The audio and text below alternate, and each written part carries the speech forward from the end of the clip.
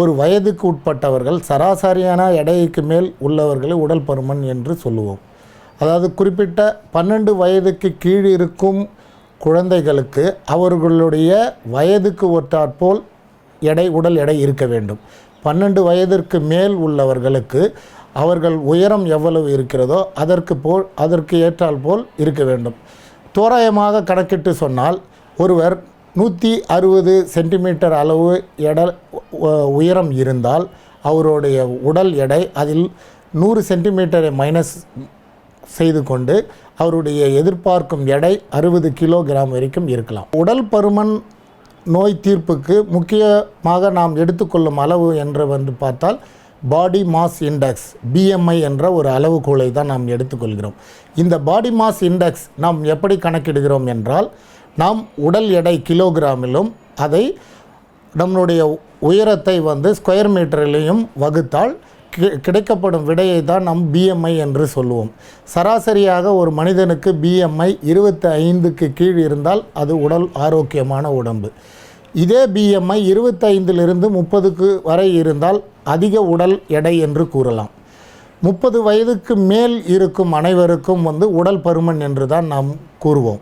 30லிருந்து 30 வயது வரைக்கும் சாதாரண உடல் பருமன், 35க்கு மேல் இருக்கிறது அதிக உடல் பருமன், 40 பேருக்கு மேல் இருக்கிறது தீவிரமாக உடல் பருமன் என்று நாம் இந்த BMI அளவை வைத்து நாம் கூறுவோம். BMI அளவை பொறுத்தவரை நாம் உயரத்துக்கு ஏற்றாற்போல் நம் எடைக்கு ஏற்றாற்போல் இருக்க வேண்டும். இப்பொழுது உடல் அதிக பருமன் உள்ளவர்கள் என்னென்ன பிரச்சனைகளுக்கு ஆளாகிறார்கள் என்று பார்க்கணும்னால், முதல் இன்றைக்கு நீரிழிவு நோய் டயபெட்டிஸ், இரண்டாவது தூங்கும் பொழுதே மூச்சு குறையும் தன்மை, that is sleep apnoea syndrome என்று சொல்வார்கள். மூன்றாவது இரத்த கொதிப்பு. நான்காவது பார்த்தால் இன்றைய உலகத்தில் ஆட்டி படைக்கும் குழந்தையின்மை தன்மை, அதாவது இன்ஃபர்டிலிட்டி. இந்த இன்ஃபர்டிலிட்டிக்கு மூல காரணமாக இந்த உடல் பருமன் இருக்கிறது. இது போன்று சக்கரவியாதி, இரத்த கொதிப்பு, ஸ்லீப் ஆப்னியா சிண்ட்ரோம், அடுத்தது இன்ஃபர்டிலிட்டி, இது போன்ற காரணங்கள் இந்த உடல் பருமனால் தான் அதிகம் வருகிறது. இதை தவிர்க்க வேண்டுமானால் நாம் உணவு முறை கட்டுப்பாட்டில் இருக்க வேண்டும். இது அடுத்ததாக தேவையான உடற்பயிற்சி நாம் செய்ய வேண்டும். மன அழுத்தம் இல்லாத வாழ்க்கையை வாழ வேண்டும். இதே ப்ரெக்னென்ட் லேடி என்று எடுத்துக்கொண்டால் நீங்கள் அவங்க ப்ரெக்னன்சி டைம்லேயும் சரி, அடுத்தது ப்ரெக்னென்ட் முடிஞ்ச பிறகு சரியான உடற்பயிற்சி செய்கிறதில்லை.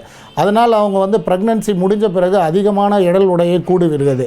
இது ஜென்ரலாக லேடிஸ்க்கு உங்களுக்கு இந்த ப்ராப்ளம் வர்றதுக்கு காரணம் அவர்களோட உடல் எடைக்கு ஏற்றாற்போல் அவர்களுக்கு சுரக்கும் அவங்களோட ஹார்மோனும் இதுக்கு பக்கபலமாக இருந்து கொண்டிருக்கிறது. சீரான உடற்பயிற்சி தினமும் செய்ய வேண்டும். ஒவ்வொரு முறையும் உண்ணும் பொழுதும் கார்போஹைட்ரேட் அளவாகத்தான் உண்ண வேண்டும். புரோட்டீன் ஒரு சீரான அளவை எடுத்துக்கொள்ள வேண்டும். கொழுப்பை கணிசமாக குறைத்து கொள்ள வேண்டும். நிறைந்த காய்கறி உணவுகளையும் பழங்களையும் உண்டு வந்தால் இது போன்ற அதிகமான உடல் பருமன் ஏற்படாமல் தடுத்து விடலாம். உடல் பருமன் வருவதற்கு பல காரணங்கள் உண்டு. முதல் காரணம், நம் பிறப்பிலே சில குறிப்பிட்ட ஹார்மோன்கள் நம் உடலில் அதிகமாக தென்பட்டால் தைராய்டு போன்ற ஹார்மோன்களோட தாக்கத்தினாலும் உடல் பருமன் ஏற்படலாம். பரம்பரையாக சில குடும்பங்களில் உங்களுக்கு மரபணுகள் மாற்றத்தினால் உடல் பருமன் பரம்பரை வியாதியாகவும் இருக்கும். அதிகமாக உடல் பருமன் தென்படுவது நம்ம வாழ்க்கை முறையிலும் நாம் உண்ணும் முறையிலும் ஏற்படும் மாற்றங்கள் தான். துரித உணவு வகைகள் உண்பது, கார்போஹைட்ரேட் நிறைந்த உணவுகளை உண்பது, அதே போன்று நிறைய கொழுப்பு நிறைந்த உணவுகளை உண்பது, மாமிச உணவுகளை நிறைய உண்பது, இதன் காரணங்களால் நம் உடல் பருமன் வருகிறது. உடல் பருமன் நோய் உள்ளவர்கள் அனைத்து உறுப்புகளும் பாதிப்பதைப் போலவே இருதய பாதிப்பும் ஏற்படுகிறது. எப்படி ஏற்படுகிறது என்றால், உடல் பருமன் உள்ளவர்களுக்கு நிச்சயமாக இரத்தத்தில் உள்ள அளவு, கொலஸ்ட்ராலின் அளவு அதிகமாகத்தான் இருக்கும். இருதயத்துக்கு இரத்தத்தின் அளவு, கொலஸ்ட்ரால் அதிகமாக இருந்தால் நிச்சயமாக இருதய பாதிப்பு ஏற்படும் என்பது அனைவரும் அறிந்த விஷயமே. அதனால் உடல் பருமன் உள்ளவர்களுக்கு இருதய பாதிப்பு என்பது தவிர்க்க முடியாத ஒன்று. உடல் பருமன் நோய் வராமல் தடுப்பது எப்படி? அதற்கு முன் ஏன் வந்தது, எதனால் வந்தது, எப்படி வந்தது, இதற்கு தீர்வுதான் என்ன, இதற்கு என்ன மருத்துவ உலகில் சொல்லும் தீர்வுதான் என்ன என்பதற்கு முதல் காரணம் என்னவென்று கேட்டால், உடல் பருமன் நோயை வராமல் தடுப்பதே சிறந்த வழியாகும். வந்த பின் இதற்கு பல்வேறு சிகிச்சை முறைகள் இருக்கிறது. ஆனால் இதில் அதிமுக்கியமான விஷயம் என்னவென்றால், வராமல் தடுப்பதே சிறந்தது. நாம் உண்ணும் முறை, நாம் அளவான கார்போஹைட்ரேட் உணவுகள், நிறைந்த காய்கறிகள், நிறைந்த பழ வகைகள், அளவான புரோட்டீன் சத்துக்கள், குறைந்த அளவு கொழுப்பு சத்துக்கள், தினமும் உடற்பயிற்சி, மன உளைச்சல் இல்லாத வாழ்க்கை முறை, இது போன்ற காரணங்களால் நாம் உடல் பருமனை வராமல் ஆரம்பத்திலே தடுத்து விடலாம். முழுக்க உடல் பருமனுக்கு தேவையானது என்னவென்றால், நாம் மன ஒருங்கிணைப்பு தான். அந்த மன ஒருங்கிணைப்பில் நமக்கு ஏற்படும் உணவு முறை மாற்றங்களை பற்றி தான் நாம் கூற வேண்டும். முதலில் உணவு முறை நாம் என்ன நினைக்கிறோம்? நாம் அனைவரும், அதாவது நம் இந்தியாவில் எடுத்துக்கொண்டால், முக்கியமாக நம் சவுத் இந்தியன் எடுத்துக்கொண்டால், உணவு முறையில் நாம் கார்போஹைட்ரேட் நிறைந்த உணவுகளை உண்ணுகிறோம். கார்போஹைட்ரேட் நிறைந்த உணவுகள் என்ன? நம் பழக்க முறையில் நாம் இட்லி தோசை தான் அதிகமாக உண்ணுகிறோம். இது அனைத்தும் கார்போஹைட்ரேட் நிறைந்த உணவே. மதிய வேளையில் நாம் அரிசி சார்ந்த உணவுகளை உண்ணுகிறோம். இரவிலும் அதே போன்று அரிசி சார்ந்த உணவுகள், கார்போஹைட்ரேட் ரிச் ஃபுட்.